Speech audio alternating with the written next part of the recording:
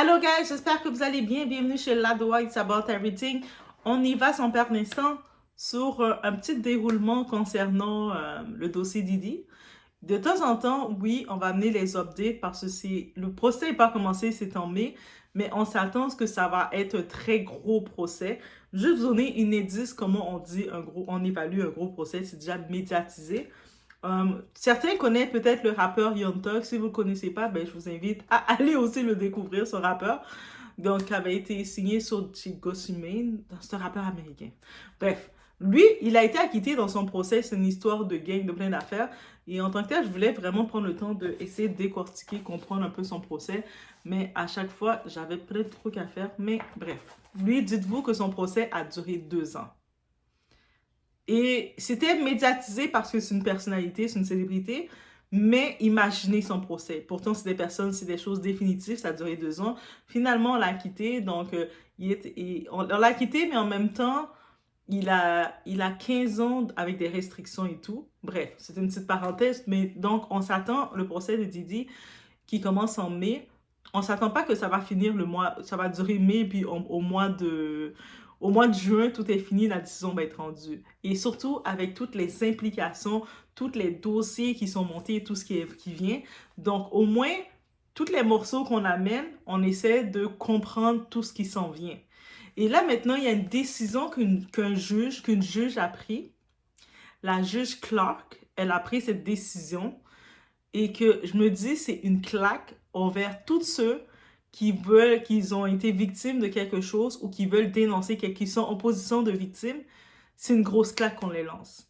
Sachant que euh, d'être sous l'anonymat avant le procès, au moins avant le procès. Je peux comprendre que la période du procès, ils n'ont pas le choix de s'afficher, qu'on sache qui ils sont. Mais avant le procès, je pense que c'était la moindre des choses de protéger. Ben, je pensais que c'était la moindre des choses de vouloir protéger les personnes. Sachant que notre très cher Didi, on a pu comprendre lors de sa 3e demande de libération sous conditionnelle qu'il n'avait pas respecté certaines clauses. Il y a eu des contacts avec certaines personnes, des erreurs qui avaient été faites, des trucs qui avaient été faits, qui ont été prouvés. Si tout dans les faits ont été prouvés, Doha ne le sort pas. Vous le voyez, dans les faits, ça a été prouvé. Là, maintenant, sachant ça, on sait que c'est un petit peu risqué. C'est un peu se dire... Moi, je dis que c'est une décision qui laisse entendre qu'on comprend pourquoi que beaucoup de personnes qui ont vécu quelque chose, ils n'osent pas aller dans le processus de dénonciation. Parce que tant que tu n'as pas ta décision, tu dois prouver que tu ne mens pas. Et puis en plus, on t'expose et face à une célébrité avec autant de pouvoir et autant de connaissances autour qui vont tout faire pour le retirer le tout. Parce que lui, il plaide non coupable. On se rappelle. On y va, It's About Everything. On était dans les trous la plus longue. Dans la description de la vidéo, vous pouvez commander vos lunettes Firmo avec le code, vous allez voir mon petit code de 50%. N'hésitez pas, vous pouvez commander vos lunettes pour vous faire des cadeaux pour la fête de l'année.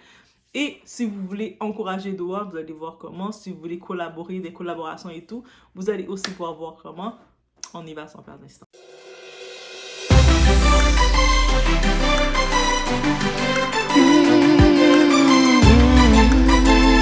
Donc,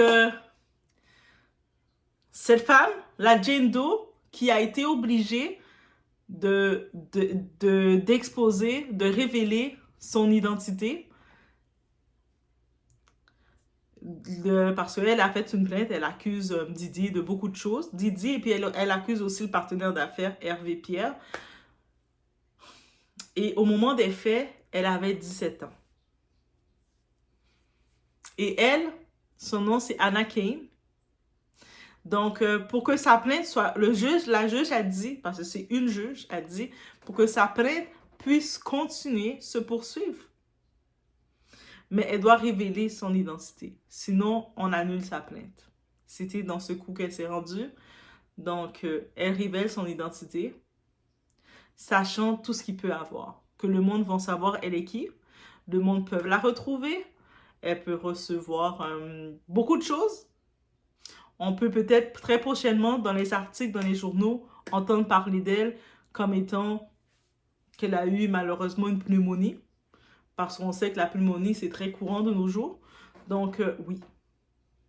Et Anakin, c'est l'ex-femme aussi d'un joueur d'hockey. Il s'appelle Evander Kane. Il était dans l'équipe. Est-ce qu'il est encore? Je sais pas. J'ai pas trop vérifié. Mais c'est un joueur d'hockey connu dans l'équipe Edmonton Oilers. Donc Edmonton Oilers, c'est un Canadien, le joueur d'hockey. Elle, je sais pas si elle est canadienne ou pas, mais elle avait 17 ans au moment des faits, quand il raconte sa plainte. Donc, elle a quand même choisi de poursuivre sa plainte en révélant son identité qui lui a été dit que tu dois révéler. Est-ce que suite à ça, sachant qu'on l'a fait révéler son identité, est-ce qu'on va lui donner plus de sécurité? Est-ce que jusqu'au procès, elle va être sous couvert ou quoi que ce soit?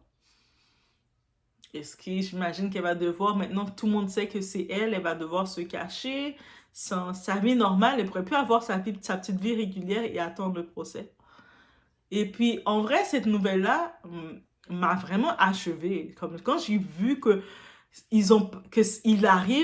arrive à ne plus donner de chance aux personnes qui portent plainte. C'est comme, tu portes plainte, mais si tu veux que ta plainte continue, tu dois t'exposer, sachant qui qu'il est, le pouvoir qu'il a, les gens qui sont derrière lui.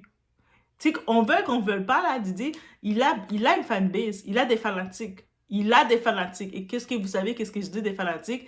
Les fanatiques, c'est un déséquilibre. Ils ont des déséquilibres. Donc, les fanatiques qui ne pensent pas qu'il a fait tout ça, et que je ne dis pas qu'il l'a fait, qu'il l'a pas fait, il est encore présumé non coupable. Mais actuellement, présumé innocent. Mais actuellement, qu'est-ce qu'il faut comprendre? Oui, il a la présomption d'innocence. Il a demandé, il a réclamé. Parce que lui, dans sa demande, si vous regardez dans mes vidéos que j'ai mis, je sais que j'ai mis beaucoup de vidéos sur cette histoire-là, j'ai essayé de les répertorier dans un petit... un trade, là, un petit endroit que toutes les vidéos les mettent ensemble du cas Didi, parce qu'il y en a beaucoup qui arrivent, ou qui sont là déjà. Mais j'avais dit que lui, dans sa demande, son équipe d'avocats, ils ont fait que on expose, on révèle le nom de toutes les plaignants, toutes les Jane Doe, toutes les John Doe, toutes les personnes qu'on sache leur identité, qu'on les expose sur la place publique. Et lui, on sait, Maître Tony Buzzy, lui, de son côté, il a dit, OK, mais moi, là, avant de chercher à exposer toutes les plaignants maintenant, exposer d'abord, dans ce cas-ci, on doit exposer tous les participants, tous tes complices, que ce soit vous avez été témoin de la scène et vous aurez pu agir, mais vous n'avez rien fait, vous avez gardé le silence. Parce qu'il y a une différence entre que tu étais témoin, mais tu n'étais pas en mesure de rien faire. C'est quand tu étais témoin, tu as vu ce qui s'est passé, tu as accepté de continuer de le fréquenter, et à un certain point, tu as même, toi-même, tu l'as donné plus de force à continuer de faire ça. Et il a dit, lui, sa demande, c'est aussi d'exposer le monde. Maintenant que vous avez, il a ce qu'il veut là. On commence à exposer les Jane Doe, les anonymes. On les expose sur la place publique. Maintenant, j'espère que ça va aller dans l'autre sens aussi. On va commencer maintenant à sortir le nom des participants. Et on sait que les participants, c'est des personnes, des célébrités, des personnalités. Mais si on vous a donné ça, on expose une victime, une présumée victime, bien entendu, on doit aller dans l'autre sens aussi. On doit être juste. C'est la justice, ça doit être juste partout. Le juge, cette juge-là qui a fait ça, elle doit maintenant dire, OK, dans la demande que on révèle l'identité de ceux qui portent plainte, même si elle avait 17 ans au moment des faits, donc elle était encore mineure au moment des faits, mais on accepte quand même de l'exposer son identité, sachant les risques qu'on court avec ça. Maintenant, exposer le nom, révéler le nom de toutes les personnalités qui étaient avec lui. Commencer à sortir aussi les noms des gens qui ont participé. Je parle pas des gens qui étaient invités dans les fêtes, qui ont bu 2-3 cocktails ou qui ont fait la fête, qui ont un petit peu trop trick sur la piste de danse. Non.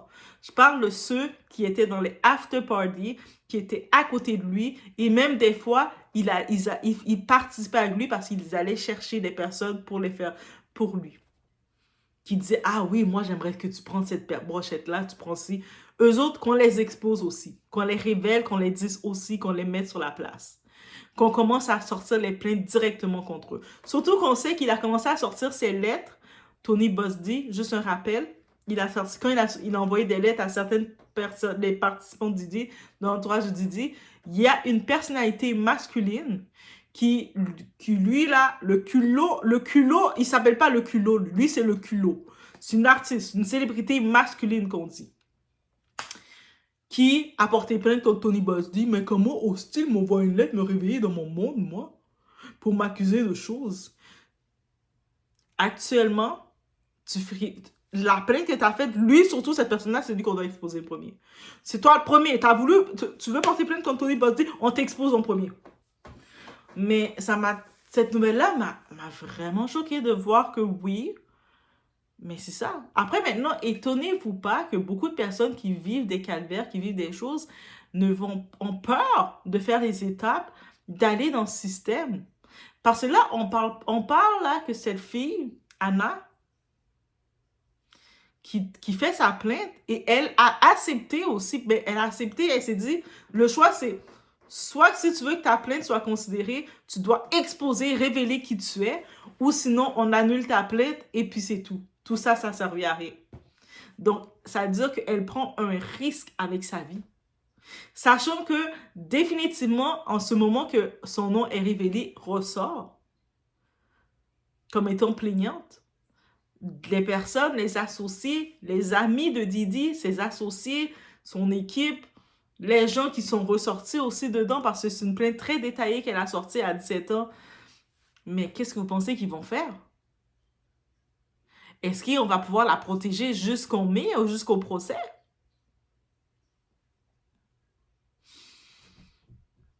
Mais c'est ça le système. C'est chaud. Là maintenant, avec ces retombées-là, on attend la suite, mais je pense que dans la suite qu'il doit avoir, c'est un retour. C'est-à-dire un retour que j'envoie toute l'énergie du côté de Tony Buzz-D, à Maître Tony Buzz-D, qui puisse avoir la demande d'autorisation et qui puisse commencer à sortir les noms. Il commence à dire, voici, j'ai reçu telle plainte de telle célébrité qui essaie de porter plainte contre moi pour ça. Parce que je lui ai envoyé une lettre. Il commence à sortir les noms. Commence juste à sortir les noms, Tony Buzz-D. Si on sort les noms des plaignantes, on les met sur la page publique, on met le nom de tout le monde. C'est pas d'un côté seulement. C'est pas parce que, oui, je comprends, Didi, c'est une célébrité, c'est une personnalité, c'est un billionnaire, il est riche, il est populaire, il a des belles autos, il faisait des grosses fêtes. Mais non. Bref, laissez-moi savoir qu'est-ce que vous en pensez. Qu'est-ce que vous pensez de ce choix? Ben, c'est la juge, la juge Clark, elle a fait ce choix-là. Et je pense on retient bien les noms, comme même quand je vous mets les captures d'écran, j'affiche les captures d'écran des articles, c'est les sources que j'affiche. Donc, vous pouvez prendre le temps de capturer et aller le lire, aller regarder en détail aussi. OK? Donc, je vous laisse sur ce. On se voit aux prochaines vidéos. Faites attention à vous.